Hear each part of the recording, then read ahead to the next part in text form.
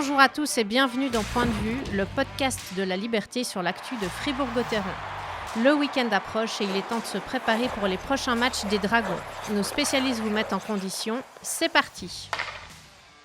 Bonjour à toutes et à tous, bienvenue dans ce troisième podcast. Je suis François Rossier et cette semaine je fais d'une pierre deux coups en accueillant Pierre Salinas. Salut Pierre. Salut François. Et Pierre Chouvet. Salut Pierre. Salut François, salut tout le monde. On lance tout de suite ce podcast avec la première question. Sandro Schmidt peut-il terminer meilleur compteur de Gotteron ? Sandro Schmidt qui a commencé avec un assist contre Rapperswil, 2 buts contre Zurich, donc 3 points en 2 matchs. C'est plutôt bien parti pour lui, Pierre. Alors c'est vrai qu'il y a de quoi s'enflammer, surtout si on regarde aussi sa fin de saison dernière. Il fait 17 matchs, 10 points, il finit très fort. Après, mais ce qui sera meilleur compteur, difficile à dire pour l'instant, mais si on analyse un petit peu plus froidement, on peut voir qu'il a quand même 4 à 5 minutes de moins que d'autres attaquants donc de jeu par match. Évidemment que ça va lui compliquer la tâche pour devenir meilleur compteur de Gotteron. Mais je pense que la question, elle n'est pas tellement de savoir s'il sera meilleur compteur ou pas, c'est que c'est une super nouvelle pour Gotteron. C'est la vraie bonne nouvelle de ce début de championnat. Parce que voilà, c'est une arme en plus. C'est un joueur du cru, donc un joueur qui pour l'instant coûte pas cher. Donc c'est une vraie arme offensive à moindre coût. Donc c'est une excellente nouvelle pour le club et pour Christian Dubé. Il y aura quand même de la concurrence. Heureusement, il n'y a pas que Sandro Schmidt parmi les attaquants de Gotteron. Il y a notamment les étrangers dont on attend pas mal.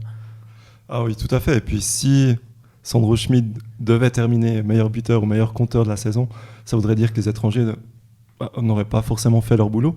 Les étrangers, ils sont quand même là pour marquer des buts et pour porter cette équipe offensivement. Et pour l'instant, on a quelques doutes à ce sujet, notamment au niveau de Victor Stolberg. Stolberg qui a bien marqué quelques buts la saison passée, mais certains dans la cage vide. Et puis on attend un peu plus de lui cette saison. Schmid, il est quand même bien entouré. Ça, c'est un avantage pour faire des points régulièrement. Avec Eren et Di Domenico, ça tourne vraiment super bien en ce début de saison. On sent que ça matche bien entre ces trois, deux ailiers techniques et Schmid qui, lui, a un rôle avec pas mal de responsabilités déjà dans le deuxième trio et il doit assurer la défensive aussi, mais il peut bien se concentrer sur son rôle puisque les deux autres, d'un point de vue offensif, amènent beaucoup en termes de créativité et puis lui donnent des bons pucks. Ouais, et puis comme tu l'as dit, je pense qu'il est assez responsable défensivement.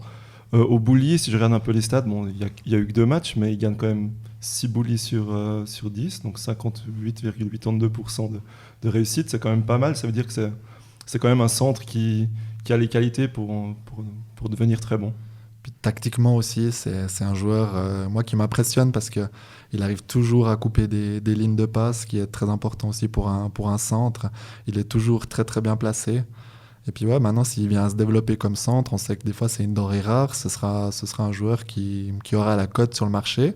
C'est un joueur qui est encore dans sa dernière année de contrat de formation.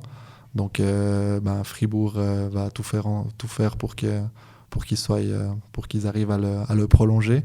D'ailleurs, je crois que François, tu as eu l'occasion de parler un petit peu avec lui de cette prolongation éventuelle. Oui, effectivement, c'est un sujet qui est déjà sur la table. Christian Dubé disait ce matin que les discussions avaient déjà été entamées entre les deux parties. Schmid n'était pas très causant sur le sujet. Il préférait se concentrer sur le prochain match et ne pas trop parler de son avenir. Mais par contre, Christian Dubé disait qu'il était très confiant. C'est vrai que Sandro Schmidt est jeune et a un très beau rôle à Gotteron. Pas sûr que beaucoup d'autres clubs en Suisse peuvent lui proposer une place de centre sur l'un des 2 premiers trios de leur équipe. Mais c'est clair qu'avec de telles statistiques, dès vendredi à Bienne, le casque de top scorer, on verra s'il le garde longtemps ou pas, mais c'est un joueur qui passe pas inaperçu actuellement et forcément il va intéresser d'autres clubs. Donc je pense que Gotteron est en pole position. Je pense que Schmidt se rend bien compte qu'il a une belle place et un beau rôle à jouer à Fribourg.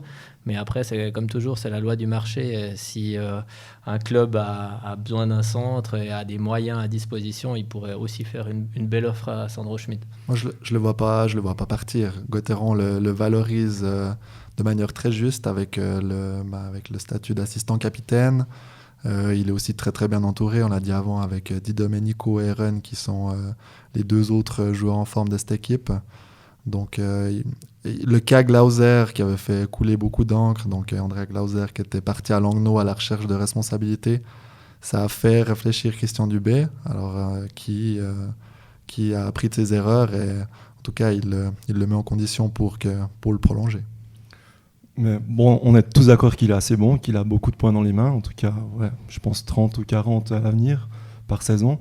Mais à quel point est-ce qu'il est fort? Est-ce qu'il pourrait peut-être partir ailleurs, je sais pas, la NHL ou qu'est-ce que vous croyez? Bon, disons que c'est toujours un terrain glissant de dire si un joueur a le niveau ou pas de la NHL, surtout qu'il a que 20 ans. En tout cas, ça peut devenir un joueur dominant pour Fribourg-Gotteron. À mon avis, il a aussi le statut international. Il peut devenir international suisse de par la progression qu'il montre depuis une année. Et puis, c'est clair que Fribourg doit construire l'avenir avec lui. Ce qui est intéressant chez lui, c'est qu'il fait preuve d'une belle maturité. Alors, il n'a que 20 ans, il a beaucoup de responsabilités déjà maintenant, mais finalement, elles ne tombent pas de nulle part, ces responsabilités, on l'a dit, sur la glace. C'est quelqu'un de très impliqué et tactiquement, il est au point. Et ces 3 années qu'il a passées dans le championnat junior suédois l'a aidé à se développer, aussi bien en tant que joueur. On sait qu'en Suède, sans entrer dans les clichés, mais tactiquement, c'est sans doute un peu plus poussé qu'au niveau suisse. Mais aussi en tant qu'homme, je pense que partir 3 ans de sa maison, loin de chez lui, loin de sa famille et de ses amis, ça l'a aidé à se développer. Et on voit que pour un jeune de 20 ans maintenant, il a les épaules assez larges, assez solides. Et puis aussi dans son style de jeu d'ailleurs, il n'a pas forcément un énorme gabarit, mais il est solide sur ses patins. Et puis il va là où ça fait mal. Moi, c'est ce qui m'a assez... pas impressionné, mais qui m'a marqué sur ce début de championnat. Je trouve que, alors c'est pas le fort de tous les Fribourgeois, c'est peut-être pour ça que lui on le voit particulièrement, mais tous ses buts c'est dans le slot, il est là, il est présent, il va devant le gardien, il ose aller et puis ça fait beaucoup de bien à Gotteron. Ouais, son premier but à Zurich aussi, c'est l'exemple type de ce que tu viens de dire. Il est devant, il récupère un puck, il marque, et c'est vraiment ce qui fait défaut, qui a fait défaut à Gotteron par le passé. Maintenant, la question qu'il faut se poser, c'est que ok, il est très bon sur la glace, mais est-ce qu'il peut devenir peut-être une sorte d'étendard, d'emblème de Fribourg-Gotteron à l'avenir? Je sais pas, on sait que Sprunger et Bikoff sont un peu au fait de leur carrière, non pas au fait, mais plutôt sur la pente descendante. Gentiment, il faut penser à l'avenir. Est-ce qu'il pourrait devenir le nouveau, peut-être Julien Sprunger? Je pense que c'est un candidat, mais il est un peu jeune encore maintenant. C'est lui donner beaucoup de responsabilités d'endosser ce rôle-là dès la saison prochaine ou la suivante. Mais Gotteron doit faire l'effort nécessaire pour le conserver. Et puis en voyant son développement, dans 2 ou 3 ans, prendre le relais de Sprunger et Bikoff qui seront peut-être plus fribourgeois ou qui arriveront vraiment au bout de leur carrière. Ça serait la passation de pouvoir idéale.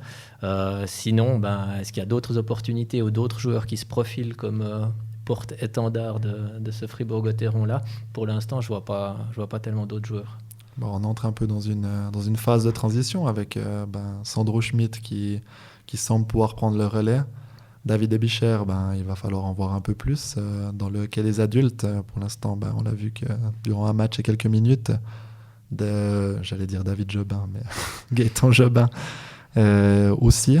Alors, il y a quand même des têtes qui pointent et on va pouvoir voir s'ils sont capables. Mais en tout cas, il y a une transition qui apparaît gentiment.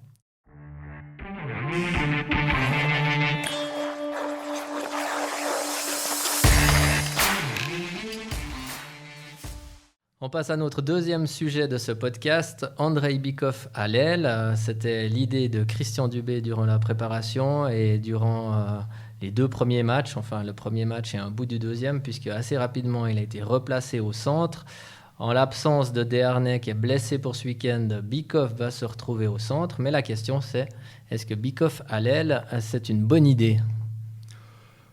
A priori, moi je trouvais que c'était pas en tout cas une mauvaise idée parce que Christian Dubé a beaucoup de solutions au centre. Il veut valoriser Bougro. Valzer, c'est quand même une valeur sûre pour une ligne défensive. On sait que Di Domenico peut jouer aussi au centre, mais bon, comme il fait partie de la meilleure ligne de Gotteron, il ne faut pas la toucher. Donc Bikoff avec Desharnais surtout, c'est 2 joueurs créatifs, donc je voyais pas le problème. Maintenant, comme Desharnais n'est pas là, je pense que Bikoff, c'est quand même la solution la plus sensée pour trouver un nouveau centre. Et ce qui serait encore plus sensé, c'est de le mettre aux côtés de Sprunger. C'est quand même 2 joueurs qui se connaissent très très bien, qui se cherchent, qui ont des automatismes, même si ça fait longtemps qu'ils n'ont plus vraiment joué ensemble. Donc pour moi, c'est vraiment une solution de repli tout à fait sensée.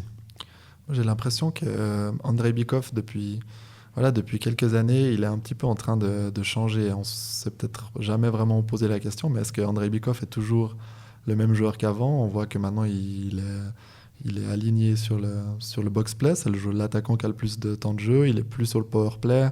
C'est un joueur un peu plus consciencieux défensif, moins virevoltant. Est-ce que on n'en demande peut-être pas trop à Andrei Bikoff au niveau offensif et qu'on ne devrait pas se dire que c'est devenu un autre joueur et faire avec? Mais de toute façon, jouer un rôle en attaque, il va jouer. La question, c'est plutôt de savoir s'il est plus efficace à l'aile ou au centre. Est-ce qu'il apporte plus à Gauthieron à l'aile ou au centre? Et l'idée de le tester à l'aile, elle n'est pas totalement folle. On voit que ça peut apporter quelque chose. Mais à mon avis, ça affaiblit pas mal Gauthieron parce qu'il n'y a pas vraiment de centre de 3e ligne dans cette équipe. Évidemment, il faut laisser du temps à Bougro, mais on voit que Walzer, qui était appelé à avoir peut-être ce rôle-là, il est gentiment en train de reculer, puis il est plutôt placé en 4e ligne. Je trouve que Bikoff, dans la 3e ligne au centre, il n'y a quand même pas tellement d'équivalent à Gauthieron et il n'y a pas tellement d'autres solutions. Il y aurait Di Domenico, qui peut être très bon au centre, mais maintenant, c'est impossible pour Christian Dubé de casser cette ligne qu'il forme avec Sandro Schmidt et puis avec Yannick Herren. Donc il y a des solutions, il tente des choses. Nathan Marchand, c'est pas un centre de métier, il a déjà joué quelques fois, donc il va jouer avec les deux Suédois ce week-end, en tout cas commencer le week-end à ce poste-là. On tente des choses, mais c'est vrai qu'en l'absence de Desharnais, ça fait beaucoup de sens que Bikoff retourne au centre. Et puis surtout avec Sprunger, comme je l'ai dit, je pense que les deux, c'était quand même le binôme avec un grand L pendant des années du championnat suisse. Donc, à un moment donné, je pense que les automatismes, ils ne se perdent pas. Et puis, pour avoir été à Sierre pour un match de coupe, alors ce n'était qu'un match de coupe contre une équipe de Swiss League, mais ils ont déjà joué ensemble. Donc, à Sierre, c'était dimanche, et puis ils s'en sont plutôt bien sortis. Andrei Bikoff a marqué 2 buts, Sprunger 1. Donc, c'est autant de petits pas qui vont vers, je pense, une bonne cohésion. Mais vous y croyez encore, vous, vraiment à la combinaison Bikoff-Sprunger? On les a vus quelques fois ces dernières années. Alors bien sûr, ils vont toujours se trouver. Je pense qu'ils ont toujours des atomes crochus. Mais c'est vrai qu'on les a vus avec parcimonie et j'ai l'impression que c'est devenu un peu un mythe et puis que c'est plus autant puissant qu'avant. Je pense que tu as raison, c'est plus autant puissant qu'avant et on retrouvera plus jamais l'efficacité, la connexion Sprunger-Bikoff plus. Déjà parce que plus n'est plus là, mais surtout parce qu'ils ont pris de l'âge, ils ont une autre façon de jouer. Et effectivement, on ne va plus retrouver ça, mais ça ne veut pas dire qu'il ne faut pas les associer et que ce n'est pas efficace. D'ailleurs, d'accord, ouais. Christian Dubé disait à la fin de l'entraînement, il espère que Bikoff, qui est quand même plutôt en forme depuis le début de la préparation, amène cette petite étincelle et puis aide Sprunger et Motet à performer et amène de la créativité à cette ligne et des opportunités. Sprunger, sur les 2 premiers matchs, c'est 2 shoots au but. Donc pour un attaquant de la trempe de Sprunger, c'est clairement pas assez. Alors il a sans doute une part de responsabilité, mais c'est peut-être aussi les pucks qui sont pas arrivés ou on l'a pas mis en bonne position. Et je pense que personne d'autre que Bikoff peut mettre Sprunger dans de bonnes dispositions. Et encore une fois, c'est très bien que Gauthieron ait une bonne 2e ligne qui tourne et qui marque des buts, mais l'idée, je pense que c'est quand même d'équilibrer un peu cette équipe et puis d'être dangereux sur plusieurs trios. Et actuellement, la 3e et 4e ligne apportent pas assez. Donc ça me paraissait évident et sensé que Dubé change quelque chose. Là, il est un peu contraint par l'absence de Desharnais, mais il faut essayer d'autres triplettes. Ouais, je crois qu'on est tous d'accord pour dire qu'il faut qu'il retourne au centre ce week-end. Après, je le resserrais quand même à l'aile parce que quand il est très bien entouré à cette position, il peut. Bon, après, c'était que la préparation, mais il a montré qu'il pouvait apporter sa vitesse. Il il peut vraiment bonifier une première ligne. Et puis il combine avec Desharnais, je trouve. Ça combine bien. Quoi. Ouais, il faudrait plus qu'un buteur. Ce buteur, c'est Stolberg, mais c'était un buteur à Zug avec 22 buts lors de sa seule saison à Zug complète. Et puis à Fribourg, je sais pas, il a plus les mêmes qualités offensives qu'il avait par le passé. Et puis Brodin, on peut en attendre quoi? Donc il va revenir ce week-end dans l'alignement. Il a joué en coupe, mais c'est toujours difficile de le juger, surtout qu'il n'était pas là les 2 matchs précédents. Pierre, toi qui as pu le voir à l'œuvre à Sierre, on peut en attendre quoi pour ce week-end? Effectivement, à Sierre, il n'était pas très très impliqué, mais bon, on peut le comprendre. Les matchs de coupe contre des équipes réputées moins fortes, c'est quand même pas très motivant. Après, vous avez parlé de la ligne, apparemment, il va utiliser la ligne Bikoff-Sprunger avec Motet. Moi, j'aurais mis Brodin à la place de Motet avec Sprunger et Bikoff. Je sais pas, en partant du principe que Bikoff et Sprunger, ils vont beaucoup jouer ensemble, donc Brodin, peut-être, ça fait un équilibre, un peu plus dans les bandes, un peu plus de muscles, un peu plus d'agressivité. Donc je me suis dit que peut-être l'équilibre avec Bikoff et Sprunger aurait été bon. Mais en tout cas, Brodin, je lui donnerais quand même des responsabilités offensives parce que si tu lui envoies un message comme quoi, ok, tu rejoues, mais tu rejoues dans une ligne défensive et tu n'as pas beaucoup de responsabilités offensives, donc je trouve que c'est un très mauvais message pour un joueur étranger. Mais là, en l'occurrence, il va jouer avec Marchand et Stolberg, donc il aura des opportunités. Alors c'est une bonne nouvelle.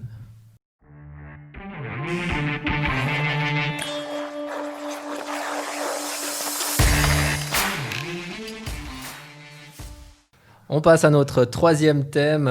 Les pronostiqueurs se sont-ils tous trompés sur le HC Bienne? Je rappelle que nombreux ont été les pronostiqueurs qui ont placé les Biennois aux alentours de la 9e place pour des pré-playoffs cette année, alors que Bienne a commencé très fort son championnat. Un match, un seul certes, mais un 6-0 contre Lausanne, où Bienne a été, paraît-il, assez impressionnant. Alors Pierre, est-ce qu'on s'est tous plantés?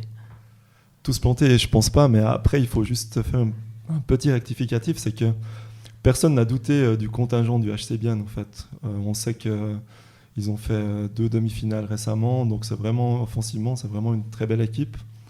Après le problème c'est tout le contexte extra-sportif. On sait que Bienne a perdu son entraîneur pour cause de maladie, Antti Termenen.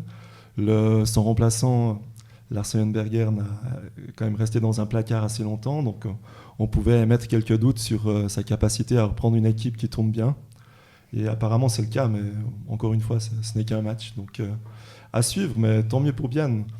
Après, je voudrais juste rajouter que tout le monde était aussi assez conscient pour dire qu'entre la 3e et la 9e place, c'était quand même, comme on dit, la bouteille à encre et que les places sont quand même interchangeables et les équipes quand même d'une valeur assez similaire. Donc 3e, 9e, finalement, il n'y a pas de grande différence.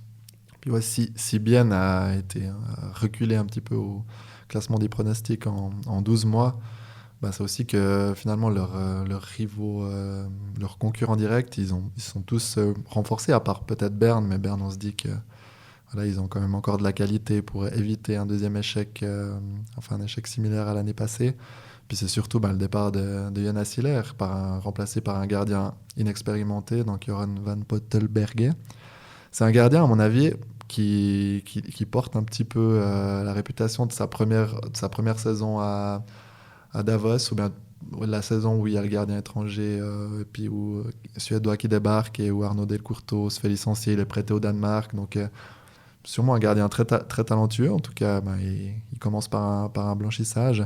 Mais c'est vrai que c'est pas Jonas Hiller. Et puis c'est aussi une équipe, comme l'a dit Pierre, qui a un contexte assez difficile. Mais en tout cas, au vu de la première rencontre, on peut se dire que ce contexte-là, ils l'ont un petit peu utilisé pour en leur faveur.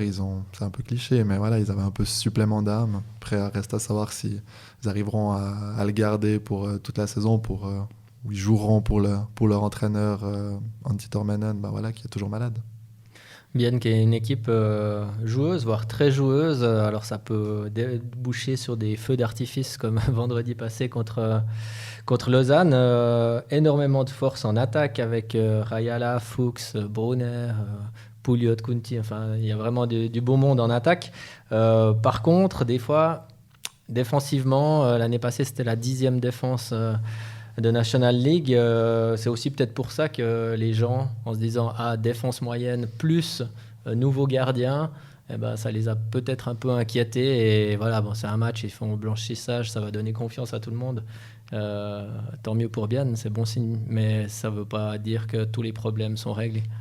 Non, et puis j'ai l'impression aussi que quand tu joues devant Jonas Hiller, tu ne joues pas forcément de la même manière qu'avec un autre gardien. Jonas Hiller, tu te dis, si je fais une petite erreur, je peux me permettre peut-être de faire quelque chose que je ne peux pas me permettre avec un gardien moins expérimenté. Donc, avec un gardien comme Jeroen van Pottelberge, qui est sûrement très fort, franchement, on ne sait pas encore tout à fait. Mais je me dis que la défense biennoise sera peut-être un peu plus, je dirais, stricte avec elle-même. Plus stricte, plus attentive. On verra ça ce vendredi contre Fribourg-Gotteron. Gotteron qui est en général assez à l'aise contre Bienne. Notre statisticien en chef à la Liberté a fait le décompte. Et sur les 10 derniers matchs, Gotteron a pris 20 points sur 30 contre Bienne. C'est l'un des adversaires préférés des Dragons. Est-ce que c'est bon signe pour vendredi ? Alors si on lit les statistiques, c'est évidemment toujours bon signe. Après, ce sera compliqué quand même d'aller là-bas après la démonstration de Bienne. Mais à mon avis, voilà, ce ne sera pas tous les soirs comme ça pour Bienne, qui, faut aussi le dire, contre Lausanne, a profité de l'indiscipline du LHC, qui prend 16 pénalités mineures ou quelque chose comme ça, qui Bienne marque sur 4 powerplay. Donc, si Fribourg est un peu plus discipliné, il aura une chance de l'emporter, parce que voilà, Lausanne a creusé sa propre tombe la semaine passée. Alors très bien Pierre, tu nous amènes directement vers notre petit jeu concours des pronostics. La semaine dernière, avec Pam qui était présente, on avait tous vu une victoire de Gotteron contre Rapperswil, qui n'était peut-être pas la plus difficile à deviner. 3 sur 3 donc, par contre aucun score exact. Pierre, toi tu voyais une avalanche de buts 6-3, finalement c'était que 2-1. Pam avait vu un 4-1 et moi un 4-2. Donc voilà, pas de score exact, ça nous fera un seul point dans notre petit classement interne. J'aime bien le rappeler que j'avais mis Nathan Marchand comme premier buteur, c'est lui qui a eu la première occasion. S'il avait un peu mieux ajusté sa déviation, je pense que tout le monde s'en rappelle. Je gagnerais ce classement en ce moment. Ah, donc tu cherches à récupérer des points. Ouais, voilà. Et malheureusement, ça restera bloqué à 1, mais là, tu as l'occasion d'en rajouter 1 de plus, voire même 3 de plus, parce que si tu nous donnes le score exact la semaine prochaine, tu auras 3 points supplémentaires au classement. Alors, quel résultat Bienne-Gotteron ? Alors, tout le monde s'est dit que voilà, Bienne a fait une démonstration la semaine passée, qu'ils vont confirmer, ça va être la même chose. Mais Bienne va tomber de haut. Désolé, Laurent Kleisel du Journal du Jura, s'il nous entend. Mais il y aura une victoire de Gotteron sur le score de 4-1. Alors moi je vois un match encore plus ouvert, avec encore un peu plus de buts. Donc je pense petite victoire de Bienne, 4-3 après prolongation. On verra si tu fais ton entrée dans ce classement. Pour ma part, je vais rester dans la lignée des derniers matchs de Gotteron. Je ne vois pas les Dragons réussir un festival offensif. Ils ne vont pas marquer beaucoup plus que 2 buts et donc s'incliner 3-2. On verra tout ça. On se retrouve en tout cas avec plaisir la semaine prochaine. On espère que vous êtes toujours aussi nombreux à nous écouter. Bon week-end sur les patinoires et à bientôt. À bientôt. Bon match. Merci, à bientôt. Voilà, Point de vue, c'est terminé pour aujourd'hui. Merci de nous avoir écoutés. Vous avez aimé ou vous n'êtes pas d'accord ? Envoyez-nous vos commentaires à l'adresse sport@laliberté.ch. À la semaine prochaine.